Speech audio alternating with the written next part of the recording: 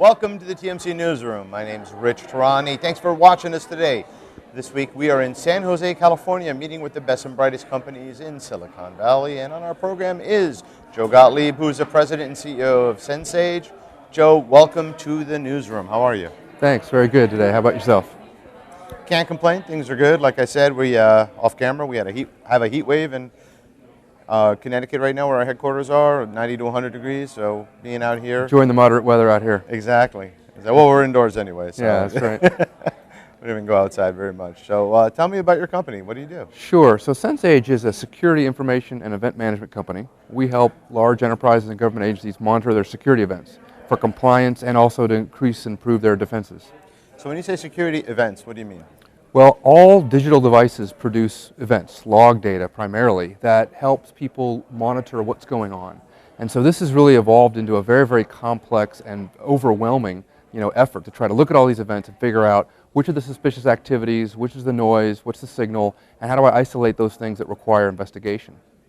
So for example, I know that our web servers get hit quite often with floods of traffic from obscure parts of the world, and quite often we, as a security precaution, will block ranges of IP addresses. So maybe that on a much larger scale is something that you would help with? Think about doing that if you're the Department of Defense, the National Security Agency. So two of our best customers have obviously a lot of attacks coming in from all over the planet.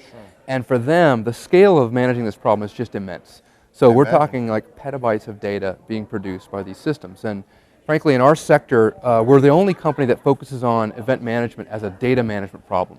We saw long ago this was going to grow into a scalable problem that was very, very challenging. So we have very unique technology that helps people scale their event consumption, filtering, analysis, and reporting in a very flexible way. So does your solution also help solve the problem, or you just present the data? We are, you can think of us as a competent control. We're not doing security enforcement. We're not dropping packets or blocking, connections that are suspicious. What we are doing is we're helping security organizations really monitor what's going on. And increasingly, as real-time defenses aren't enough, we're helping them to holistically evolve and improve their defenses by studying what's going on. If you look at this sector, it's never really benefited from the quality management principles that we've seen in other areas, even software development. And so taking security and moving it in more of a mature domain where you're understanding what's going on, you're measuring things, and you're making changes based upon that understanding, that's what requires this level of data analysis. IPv6 won't have any effect, or will it? IPv6 has an effect on everyone's business, and for us it's simply being able to understand the different events that are produced with IPv6 addresses. So for example, now you need to handle IPv4 addresses, IPv6 addresses, you need to reconcile where appropriate, isolate those different conditions, and that's part of your data analysis model. But if you have a good architecture, you can handle that pretty easily. What are some of the biggest surprises you've seen in just doing your job? Well, I'm sure you've read about it, but the number of data breaches that are happening right now, and not only for cybercrime, which we all, I think, have heard about and is motivating a lot of these attacks, but now this hacktivism thing has really just gone way out of control, whether they're targeting governments, security companies themselves. Like Anonymous and those sorts of companies. Anonymous, yeah, LulzSec, these guys that are going after even their own, to try to discredit each other. It's just out of control. And what's happening is it's just adding another vector that is increasing the heat, increasing the stakes for people that are trying to defend their networks. And in many cases, when you're dealing with brand damage or the breach of customer data and needing to forestall those scenarios, having this new vector coming on is just not any help. Now this is probably a space that you're not directly playing in, but I'm going to throw it out there because it's in the news as of today. Just the News Corp challenges that they had with the News of the World and the London newspaper that was hacking into cell phone voicemails. What do you think about that?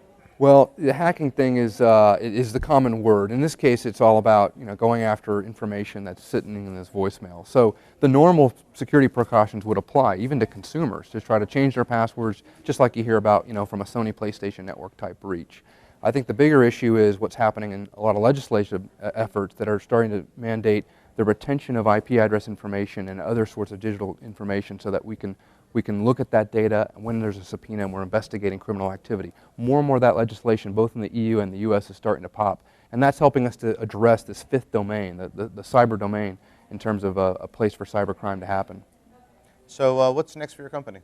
Well, what's next for us really is continue to scale out our business. We've chosen to focus only on the most proactive and large organizations because they're the ones that are tackling this as a data management problem. So like I said, large government agencies, large telcos, banks, healthcare organizations that are driven by both compliance and the need to improve their defenses. And then as such, they tackle this data management problem head on, where they need to scale to very, very large data sets, and they start to analyze this. One thing that we're doing is we're opening up our architecture. We've done that so that people can analyze the data with third-party business intelligence tools. That's something that hasn't been available in our sector to date.